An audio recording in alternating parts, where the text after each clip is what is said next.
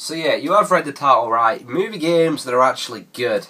So I know most people have clicked on this in utter horror and shock and disbelief, probably even anger. Because I know you'll be thinking, what the f is going on here? You're talking shit, Ashbfc. Ashbfc, have you gone mental? Have you lost your mind? What a monk. What an idiot. What a spaz. What a spaz. So if you just settle down for a minute, I'm here to show you that they do exist. I mean, Christ, they're rare. And in the 20 plus years I've been gaming, there is very, very few of them. But I have managed to compile a list of 10 movie games that are good and even go beyond good. I mean, I could probably do a few more, but I really couldn't be bothered because it was hard enough having to find these and wade through that crap. Because believe me, you've got to wade through layers and layers of shit if you want to find these things. So I've got your attention now. You're thinking, hold on a minute, where is he going with this? How is he going to prove me wrong? How's he going to dig himself out of this hole? Well, you know, let's go. Let's get things warmed up. Let's get this started. Let's get this off. For a start. It's not coming off. It's fine. We'll leave it on. It's better anyway. It's, you know, just... It's ruined it. Because the jacket. Let's get on with it.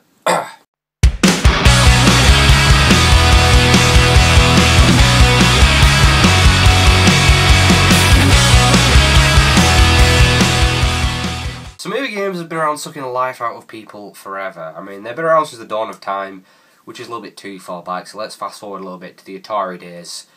Yeah, so pretty much since the beginning of video games, you know, and they've always sucked. So it's not like a new thing, they've been sucking forever. They've been torturing people forever. E.T. on the Atari, prime example. Famous, notorious for being one of the worst games of all time and one of the biggest commercial failures in this industry. If you've never played that game, you lucky bastard. Seriously. And even if you're just remotely interested in just maybe trying this game just to see if it really is that bad, don't bother. For the love of God, do not bother. Seriously. Go out and kick a cat. Go take a shit on a homeless person. Go slap a child in the face.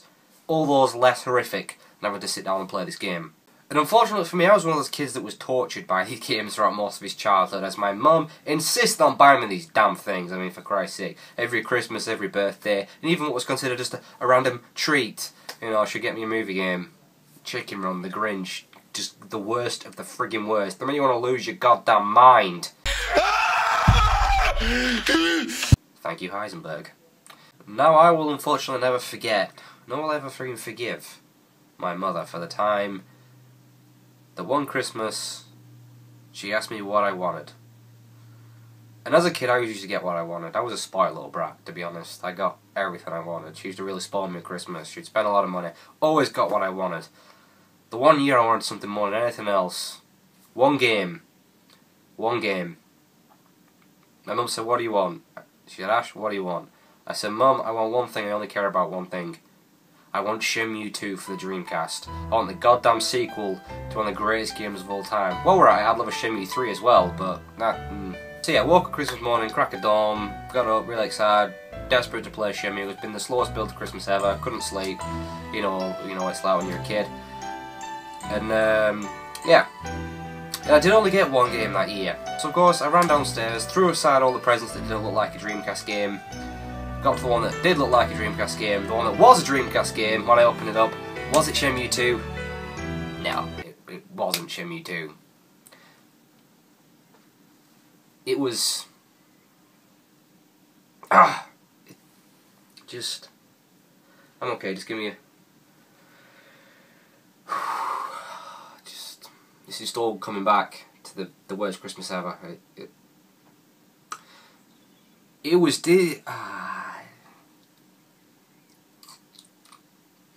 It was Disney's Dinosaur, the game on the Dreamcast.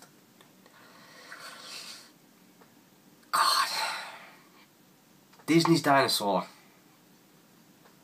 I asked for Shenmue 2. I got Disney's Dinosaur. I'd never even seen the film. Still haven't. God. Dinosaur! Disney's... Christmas was ruined. Imagine that as a kid. You're expecting Shenmue, you get Disney's Dinosaur. God!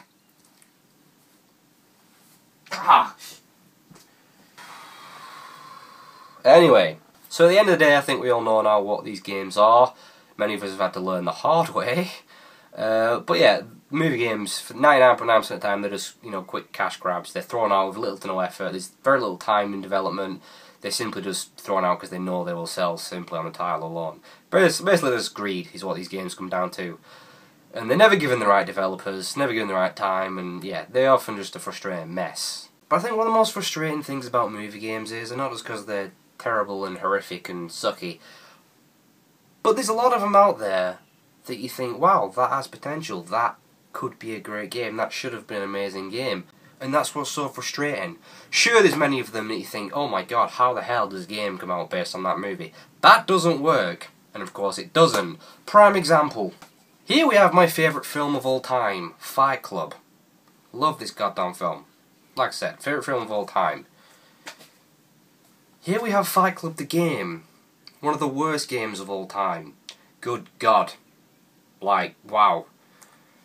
The first rule of Fight Club the video game is, you do not play Fight Club the video game. The second rule of Project Mayhem, Project Lose the Friggin' Will to Live. I am Jack's complete horror and disgust. I am Jack's left nipple. But anyway, enough ranting on the terrible ones. Let's get to the ones that are actually good. Hey, finally! Jesus, you took your time, alright. I was building it up. Okay, so first up, we're going way back to 1993. Back to one of the first Sega Mega Drive games I ever played. In fact, I'm pretty sure I got this with my Sega Mega Drive. And it was a hell of a game. It was Aladdin. Now, I used to love the film Aladdin as a kid. Wasn't a fan of the sequel, but Jafar's Revenge, whatever, I don't know what it's called. But yeah, I really liked the film, and the game was awesome, it really was. It was developed by Virgin Interactive. Remember those guys? Some of the games used to have that used to come up, Virgin. Rubbing it in when you're a kid, that innit? Saying, Yeah, it was a really good game. It looked amazing. The animations were absolutely brilliant. I think some of the people that worked on the film actually worked on the game. It looked brilliant. All the level designs were like, they looked like places from the actual movie. It was great. All the characters were in there. And it was just a really solid, awesome side-scrolling platformer, like a lot of games were back then on the Sega Mega Drive and what have you. And you had a little sword, hack away at your enemies. You've got people chucking stuff out of windows at you. You've got stuff to jump on. I've got plenty of collectibles. All the music was in there that sounded really good. Yeah, I mean, for Christ's sake, you could jump on a camel's back. So, you could jump on a camel's back. What other game, let alone a movie game, can you jump on a damn camel's back? So, you can throw apples. You've got all sorts of really cool different level designs. And some fun boss fights. It was really challenging as well. I was thinking, I love this game, but it was infuriating. Because it was really, really freaking hard. It took me a long while to beat, but... yeah, it's Aladdin, and it was a really good game. And there was a Super Nintendo version that came out, I think, the year after. But it was still good, but wasn't quite up to the one that the Sega Mega Drive was. So, yeah, it was Aladdin. Awesome game. Awesome film. A whole new world. God. Okay. Alright, and next up, we've actually got a game from this generation, which is the only game on the list from this generation. And it's the last decent movie game in recent memory that was actually good. I don't think there's been any others that were good past this game. Oh wait, forgot about Aliens Cloning Marines.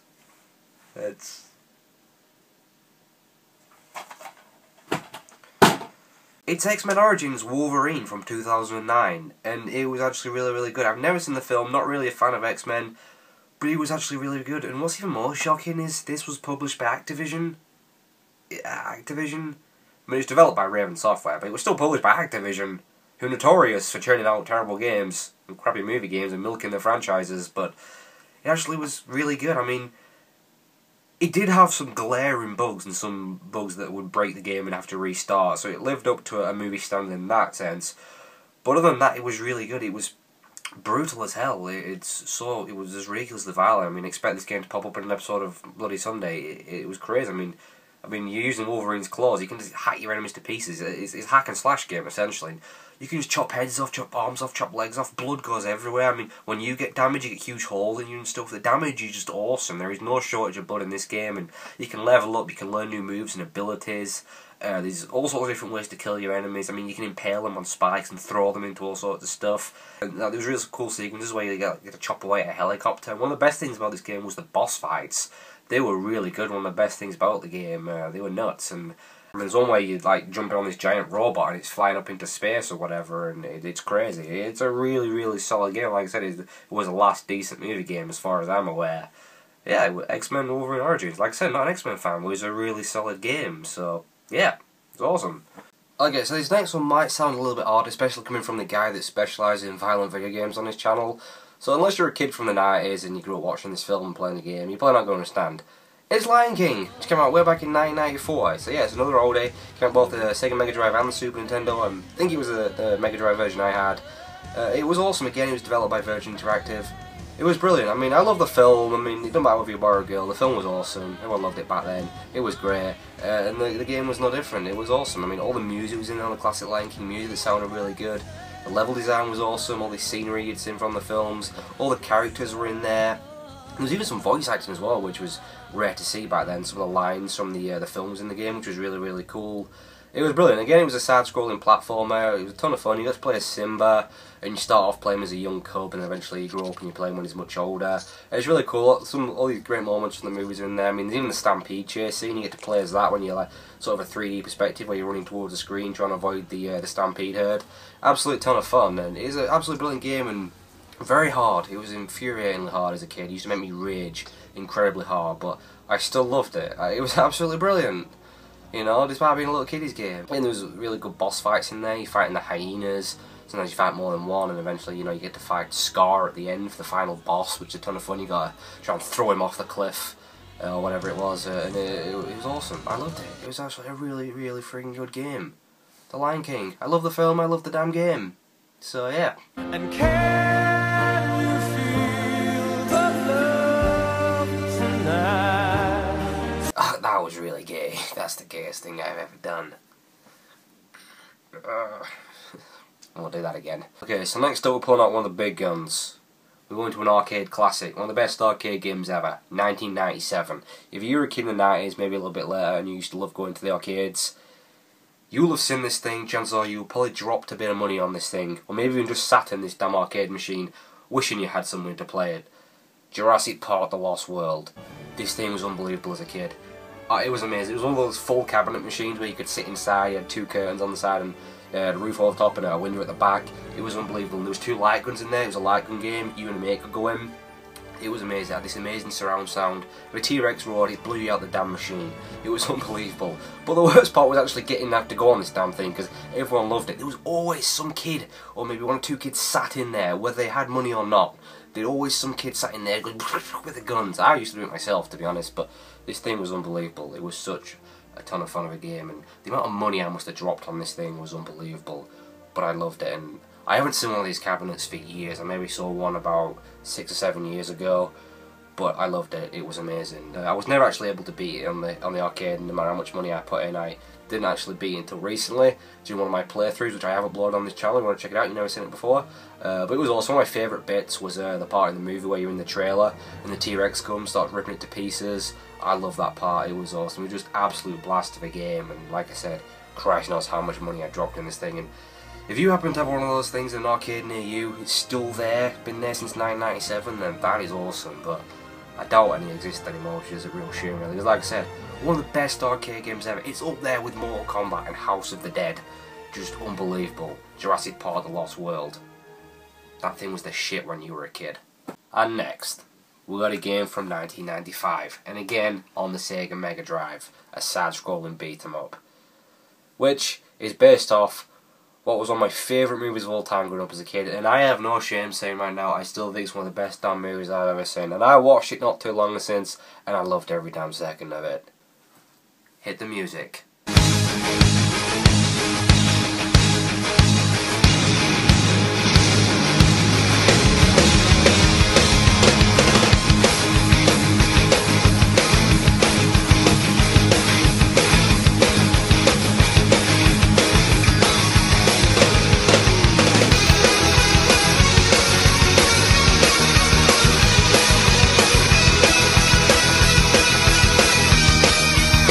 Damn right, the Mighty Morphin Power Rangers movie. One of the best movies ever. I mean, what was better in the 90s than the damn Power Rangers? If you were a lad who grew up in the 90s and you did not worship the damn Power Rangers and idolise these guys and aspire to be a Mighty Morphin Power Ranger when you grew up, if you were not obsessed with this franchise, had all the damn toys, had the costumes, thought the Pink Ranger was super hot, then you were one weird freaking kid.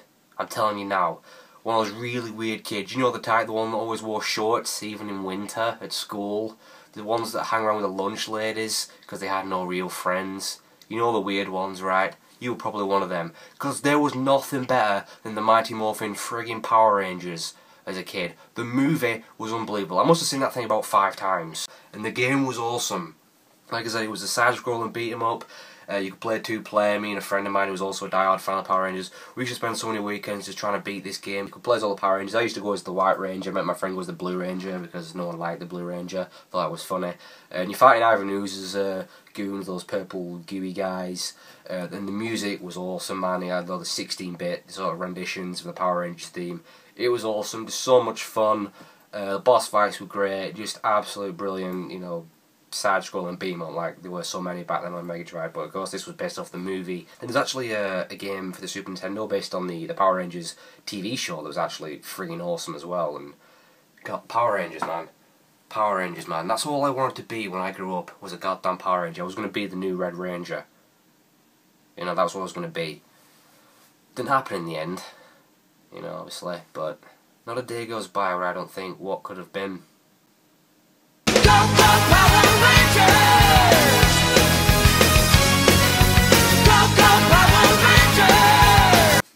Mighty Morphin Power Rangers, best damn thing ever. And next we're going to 1996, to a great little PlayStation title. Based off what was once an amazing trilogy, sadly it is no longer a trilogy. They decided to screw it up with some PG rated films afterwards. So that kind of ruined the franchise. But it's Die Hard. Die Hard Trilogy. Based off the Die Hard Trilogy. Well, what was once a trilogy. But yeah, it was Die Hard Trilogy on the PlayStation. It was awesome. It was 3 games in one, pretty much, and each one played different. You had like Die Hard 1, Die Harder, and Die Hard with a Vengeance. The first one was based off the first film. Basically played like a third-person shooter. You're in the plaza taking on the terrorists, shooting stuff, avoiding the enemies, blowing up stuff. Absolute ton of fun. And the second game, which was based off Die Harder, it basically took place in the airport and was a classic on-rail shooter, where you're going to shoot everything that comes on the screen, watch out for the innocents and what have you, and you know, get bonus stuff, and it was great. My personal favourite was the third one, which was based off Die Hard with a Vengeance, which was basically a driving game from a first-person perspective. You were driving around in a taxi, basically trying to get to the bombs and defuse the bombs in time. But I didn't really care for that. I could never do it. I just used to like running people over because when you did run them over, the windscreen wipes used to wipe the blood off, and I thought that was amazing when I was a kid. I mean, I love these 3 games, but I was terrible at them. I never even come close to beating these things because they were really hard. I don't know if they were really hard or I sucked, but I was just dying all the goddamn time. Well, I guess you could say that I always used to die hard. Yippee-ki-yay, mother. Okay, so basically we've got a game from the last generation, 2004, which is actually one of my favourite titles on the original Xbox. I love this game, it was great. And that's The Chronicles of Riddick, Escape from Butcher Bay. This game was absolutely brilliant. I mean, it was really cool because it brought a lot of new stuff to the table, stuff I'd never seen before in a first-person game, because there was a lot of stealth mechanics and adventure aspects that I'd never seen in that style of game before. The game takes place in Butcher Bay, that's why it's called Escape from Butcher Bay. You got Escape from Butcher Bay. You could wander around, you could talk to other prisoners and inmates, you could do quests for them, like go get them certain items or kill someone for them. And there's this really cool hand-to-hand combat system. You could just get into fist fights, it was like these fighting rings you could get into, and you could just go around punching the crap out of people, smash them in the face, get into a little boxing match. It's pretty brutal as well, and like, it was finishing moves, you could headbutt them, and yeah, and there's some really cool stealth mechanics, like I said. You actually, when you killed people, you had to usually hide the bodies like in the shadows, which was really cool. Again, I'd never seen that in a first-person game, and it's something we have seen a lot more now in games like Dishonored, and we've seen the combat style from a first-person perspective in games like Condemned. It was really cool, and you know, like I said, it brought a lot of new stuff to the table, and the graphics at the time were some of the best graphics I'd ever seen on a console. They were incredible, and Vin Diesel reprised his role as Riddick and did a really good job. Now, I've never actually seen a Riddick film, but I sure as hell enjoyed the Riddick game. Yeah, it was brilliant. Just, like I said, brought a lot of new things to the table, and it was an absolutely brilliant game. Incredibly short game. You could beat it in no time, but still one hell of a game, and I loved it. Chronicles of Riddick. And next up, it's another arcade game from 1998, and again one of the best damn arcade games of all time. It's the Star Wars trilogy. Now, I'm not a Star Wars fan, but I still freaking love this game. There was like 3 different versions, I think, of this arcade game. 2 of them had a seat, 1 of them didn't. But I remember there's this giant ass joystick you got, and I remember it was nearly as big as me, and I just remember sort of looking behind it and driving round on my little X-Wing or whatever the hell they're called, just blasting things. It was awesome. I loved it. I mean, it was 3 games. It played across the trilogy. I mean, there was one where you're like driving on that speed bike thing through the forest, which is in one of the movies, blasting other guys off their bike things. I'm not a Star Wars fan, sorry. And there's like one where you're shooting down those big walker machines, and there's like the one in space driving the X-Wing where you've got to destroy the Death Egg, which that's Sonic. I'm thinking of Sonic, not the Death Egg. That's Robotnik's house. The Death Star. The Death Star. The place where Darth Vader hangs out, that thing, yeah. It was all sorts of crazy amount of fun. Just remember, it was, like I said, playing with that giant ass joystick as a kid. It was awesome. And one of the best parts is you got to have a first person duel, lightsaber duel with Darth Vader. It was awesome. It was friggin' hard, but it was awesome. Yeah, Star Wars Trilogy, one hell of an arcade game, and I don't think any of them exist anymore. I'm not sure, I've never seen one since. But it was amazing. And, you know, if you did get to play it, you know exactly what I'm freaking talking about. Awesome arcade game. I miss arcades. Okay, and next up is a game which I recently called the greatest movie game of all time. But I was wrong, it's not the greatest movie game of all time. We'll get to that in just a minute. But it is without a doubt an amazing game. One of the few movie games that have achieved a level of amazingness. And it's by the legends at Rockstar Games, based off a movie from the 70s, which is a movie I absolutely love. It's the one and only The Warriors. Yeah, this game is awesome. Got a full playthrough on my channel if you want to check it out. Just one hell of a game. And it's quite the polar opposite to the film, because the film doesn't really have a whole lot of action, doesn't have too much violence.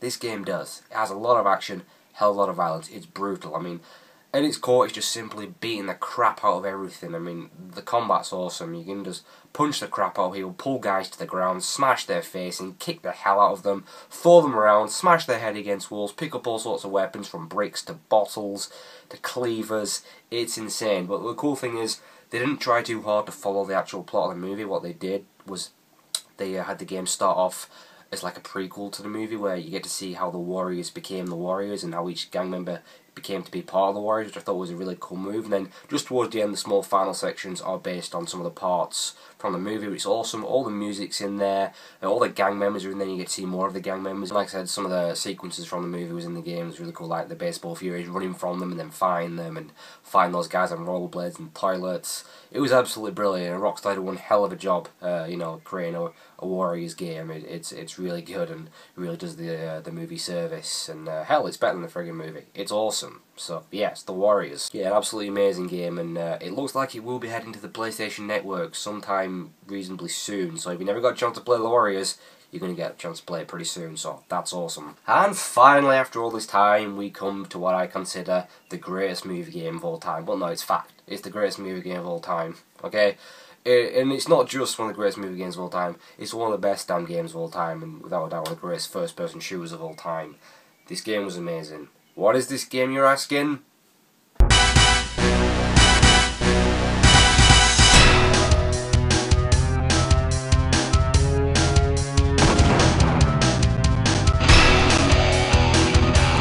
Yeah, it's the one and only, the legendary GoldenEye, or as I know it, GoldenEye 64. I think it was officially called GoldenEye 007, but who gives a crap? GoldenEye 64.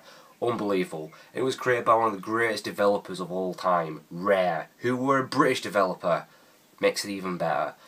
This game was just unbelievable. It raised the bar in console first-person shooters, because there really wasn't that many first-person shooters on consoles. The PC was basically the system for all the best first-person shooters. Rare changed all that. They opened the doors, and they brought an unbelievable shooter to the console, an amazing movie game shooter. It was incredible. The level designs were awesome, all the areas from the films, from the dam to the facility. You had a bunch of objectives, 3 different difficulties, each one giving you different objectives. The shooting mechanics was so much fun with all the different weapons. I mean, like, the animations were like nothing I'd ever seen before. I mean, guys reacted to how you shot them. Like, if you shot them in the hand, they'd like hold their hand, shot with the arse, they'd jump around. Headshot was an instant kill. It was awesome. It was absolutely amazing. Just a brilliant single player experience. I mean, you got to drive a freaking tank at one point, and then the final mission was, the Cradle chasing Trevelyan and knocking him off. It was absolutely brilliant. But the multiplayer was where this game really shone through. As if the single player wasn't good enough, the multiplayer was unbelievable. 4-player split screen. Now, still all these years later, from 1997 till 2013, GoldenEye is one of the best dumb multiplayer games I've ever played. You could not beat 4-player split screen with your mates. It was unbelievable. You had a whole bunch of characters you could choose from the entire series of the Bond films, friggin' Objob to Jaws to whoever. It was nuts. With all your mates, just huddle around this like little 15-inch TV back then. No HD TVs, which was like 60-inch, just little 15-inch standard definition TV. It was awesome. Blowing each other up with proximity mines. It was crazy just being there with your mates playing this damn game. Because everything's on Xbox Live now, or PlayStation Network with a friggin' microphone. You couldn't beat just being sat there with your mates, because you could throw the controller out their hand, you could make them laugh and distract them, you could spit in their face if you wanted to, whatever you're into. They're one of the best damn games ever, and truly is the greatest movie game of all time. I mean, Rare, they're just one of the most amazing companies of all time. Sadly, they pretty much don't exist anymore. Well, they technically do exist, but they're under the ownership of Microsoft, and I mean, their latest release was Kinect Sports. Yeah, Kinect Sports. How the hell do you go from the Donkey Kong Country series to Blast Corps to Perfect Dark to GoldenEye to Banjo-Kazooie to Conker's Bad Fur Day to Kinect Sports? How does that happen? So well done, Microsoft, utilising Rare well. It's good to see. But there you go. 10 movie games, they're actually good. Told ya! But you know what? You know what the sad thing is, and the kind of scary thing is if movie games haven't been bad enough in the past for the past 30 years, I think they're only going to get worse. The way this industry's heading, movie games are only going to get worse, if that was even possible.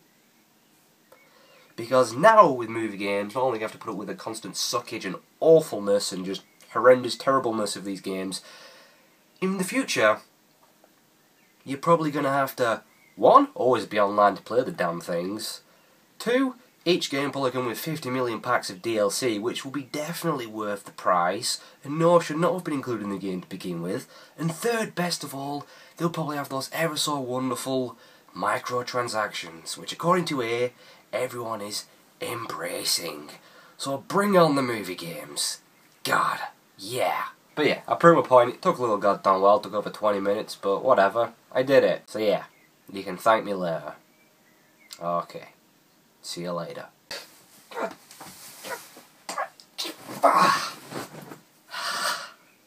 Got it off. Wish I could have got off earlier. That would have been good.